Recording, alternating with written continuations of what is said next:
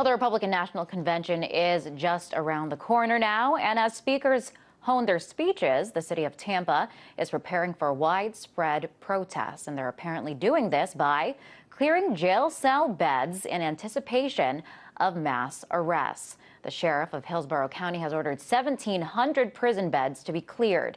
That means relocating some inmates to handle the many arrests they plan on making. So what does this mean for protesters' freedom of speech, and are there already plans to silence them? To discuss this, Tristan Lear and Kelly Benjamin, both participants for Occupy Tampa, join us now. Welcome there. So your reaction to this news: 1,700 beds cleared to make way for jailed protesters. Well, I think it's interesting that the only talk that we've seen in the media and from the police is about, how to put us in jail, not about how to protect us or how to support dissent rather than suppress it. And we do have a quote from the mayor that I want to read. He says, quote, "There will be arrests. The question is how many. We are prepared to handle any number of RNC-related arrests through our Orient Road jail. We are committed to due process and the rule of law regarding RNC-related arrests. We have procedures and policies in place to ensure an orderly and lawful process for anyone arrested."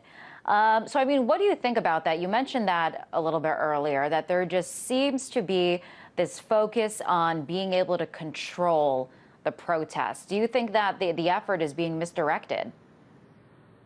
I went to the NLG Legal Observer training recently and learned that in the state of Florida, if a cop asks you to turn off the camera, you have to turn off the camera. And with all the event zone regulations, I really don't know what they mean by control the protest. I'm not sure, what kind of...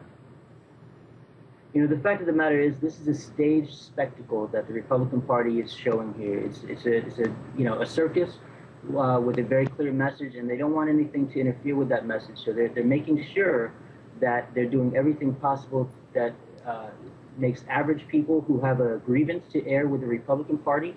They're trying to keep them out of sight, out of mind, and they will violate people's rights and put them in jail in order to make sure that that message gets out there to the American public, and that their agenda of the 1%, their agenda of destroying the middle class and giving that the largest misallocation of resources and putting that large wealth confluence in the hands of the people at the top. They're making sure that that message goes out there, and they don't care whose rights they violate here on the ground in Tampa. Vast majority of people coming to Tampa are very peaceful.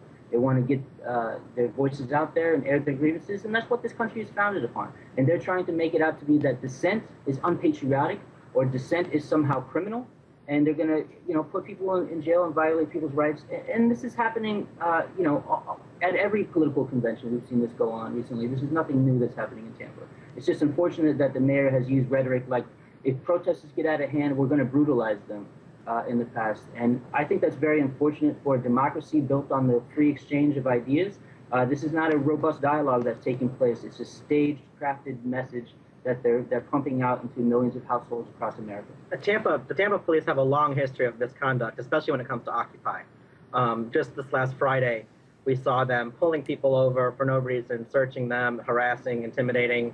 Back when we were at Curtis Hickson, I heard terrible stories. They demonstrated absolute resentment for any kind of dissent here. Now, Kelly there had mentioned that this is nothing new and wanted to bring up some statistics here that kind of highlight the way things have kind of played out at past Republican National Committees. At the RNC in New York in 2004, there were 1,800 arrests, over $70 million spent on security. Back in 2008 at the RNC in Minneapolis, over 800 arrests were made, over $78 million spent on security. And now looking to the RNC that is coming up in just a few days, they spent $50 million for security. That's just from the federal government. So, gentlemen, do you think this is money well spent? The travesty here is that Tampa is a city, at the epicenter of the economic crisis. We're one of the most economically depressed cities in the nation. We have some of the highest, amounts of foreclosures and unemployment in the nation. neighborhoods that are desolated by predatory lending and what's happening with the economy. And yet, instead of this money trickling down into these communities, we're seeing millions of dollars being spent on landscaping, on shrubbery, on lighting in areas that are already doing pretty good in the city of Tampa. These neighborhoods are, far removed from the shadows and the neighborhoods that are struggling with this crisis. I think that's really the story of America right there out in front of you, that this party is by and for the 1%. This party is for the people at the top, and it's not trickling down to the rest of us. The amount of money that they're spending on this circus is atrocious, and the American people should be up in arms about it. And I know that these are some of the issues you plan to bring to the forefront, during Occupy Tampa. I want to ask you both, since the convention is so close, what is the morale over there for Occupy Tampa? It's been much better than it has been the last month or two. We're seeing all kinds of new people, new faces at the park. Our General Assemblies have exploded. It's really motivating.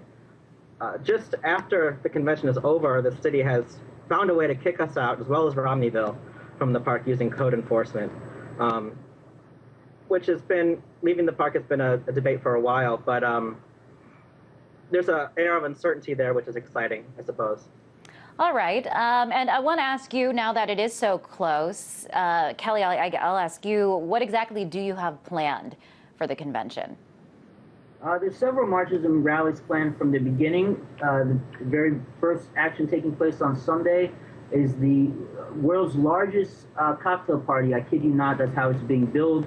The Republican Party has taken over the Tropicana Field. That's where the Tampa Bay Rays play over in St. Petersburg. There's going to be a march and community vigil taking place on that night on Sunday. And then all the way from Monday morning actions, and then two major marches on Monday, both leading from downtown. One organized by the Coalition of March from the RNC. The second one organized by the Poor People's Economic Human Rights Campaign, focusing on economic issues. Tuesday, there's a voter suppression march taking place in Ybor City. It's a historic district just outside of downtown, focusing on the fact that the Republican Party has made an effort, a concerted effort, and they revealed themselves to be, make sure that they don't want black and brown people showing up at the polls, because those folks tend to not vote for their party. And this has been going on long before Rick Scott, our Republican governor, was elected. They're trying to purge the voter rolls, and they've been doing this in 2000 with the famous hanging Chad incidents and the voter purges all the way from 2004, 2008. They're doing it again today to make sure that people in minority communities don't show up at the polls. And that's one of their ways to steal votes away. And they're trying to say it's about voter fraud, but there's like 0.1 cases of that actually taking place in Florida. There's actions Wednesday organized by labor. There's actions Thursday, the final day of the convention, where they coronate Mitt Romney, King of the 1%, as their nominee. And there's several actions taking place. Occupy has called on shutting down at Bain Capital. You might be able to give more information on that. Right. Well, we do have a correspondent that is going to keep a close eye over there on the ground in Tampa to see how things play out. Gentlemen, thank you so much for coming on the show and telling us all about what you have in the works. That was Tristan Lear and Kelly Benjamin. Both are participants in Occupy Tampa.